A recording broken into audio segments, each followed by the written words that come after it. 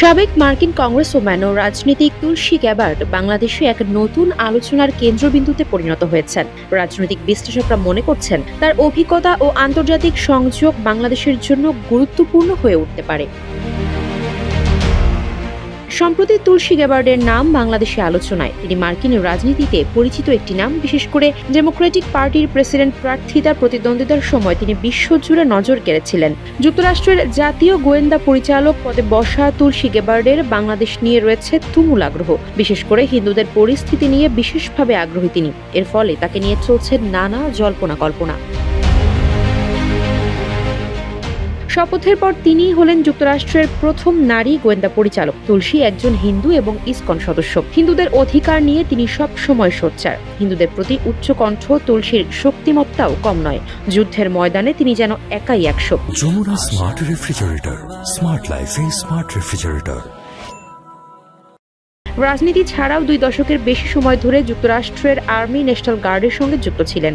তুলসী গ্যাবার্ডের পরিচয় সম্পর্কে অনেকেরই কৌতূহল রয়েছে। তার নাম এবং হিন্দু ধর্মের প্রতি বিশ্বাসের কারণে অনেকেই তাকে ভারতীয় বংশোদ্ভূত বলেও অনুমান করেন। তবে তুলসী গ্যাবার্ড কিন্তু ভারতীয় বংশোদ্ভূত নন, যদিও তিনি নিজেকে হিন্দু বলেই পরিচয় দিয়ে থাকেন। রাজনীতি ছাড়াও তুলসী গ্যাবার্ড 2 দশকেরও বেশি সময় ধরে যুক্তরাষ্ট্রের আর্মি ন্যাশনাল গার্ডের সঙ্গে যুক্ত ছিলেন। সেই সময় ইরাক ও কুয়েতের মতো দেশে মোতায়েন ছিলেন তিনি 2016 সালের মার্কিন প্রেসিডেন্ট নির্বাচনের আগে বার্নি স্যান্ডার্সের হয়ে প্রচার করেন। 2020 সালে ডেমোক্র্যাট হিসেবে প্রেসিডেন্ট পদপ্রার্থী হতে চেয়ে দলের কাছে মনোনয়ন চেয়েও লড়েছিলেন তিনি। পরে অবশ্য জো বাইডেনকে সমর্থন করার সিদ্ধান্ত নেন। 2021 সালে হাউস ছাড়ার পর বেশ কিছু ইস্যুতে তাকে ডেমোক্রেটিক পার্টির বিরুদ্ধে অবস্থান নিতে দেখা যায়। সে সময় পরোক্ষভাবে ট্রাম্পকে সমর্থন করেছেন বলেও মনে করা হয়েছিল।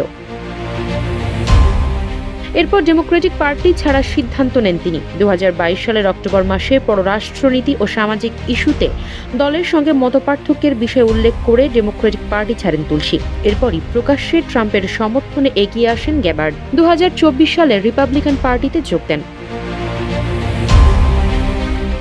চলতি বছরের মার্কিন প্রেসিডেন্ট নির্বাচনে ডোনাল্ড ট্রাম্পের প্রচার অভিযানে বেশ সাহায্য করেছেন তিনি। সাবেক ডেমোক্র্যাট হওয়ার কারণে প্রতিদ্বন্দ্বী কমলা হ্যারিসের বিরুদ্ধে ডোনাল্ড ট্রাম্পের প্রস্তুতিতেও বেশ সাহায্য করেছেন। গত নভেম্বর মাসে নির্বাচিত হওয়ার পর জাতীয় গোয়েন্দা পরিচালক হিসেবে গ্যাবার্ডের নাম ঘোষণা করেন ট্রাম্প। তার এই ঘোষণা ব্যাপক সমালোচনার জন্ম দেয়। তুলসী গ্যাবার্ডের ব্যাপারে যেসব সমালোচনা ছিল এর মধ্যে রয়েছে তিনি ইউক্রেনের রাশিয়ার আগ্রাসনের সমর্থক, আবার তিনি সিরিয়ার ক্ষমতাচ্যুত প্রেসিডেন্ট বাশার আল আসাদের প্রতিও সহানুভূতিশীল। 2017 সালে তিনি বাশারের সঙ্গে দেখাও করেছিলেন।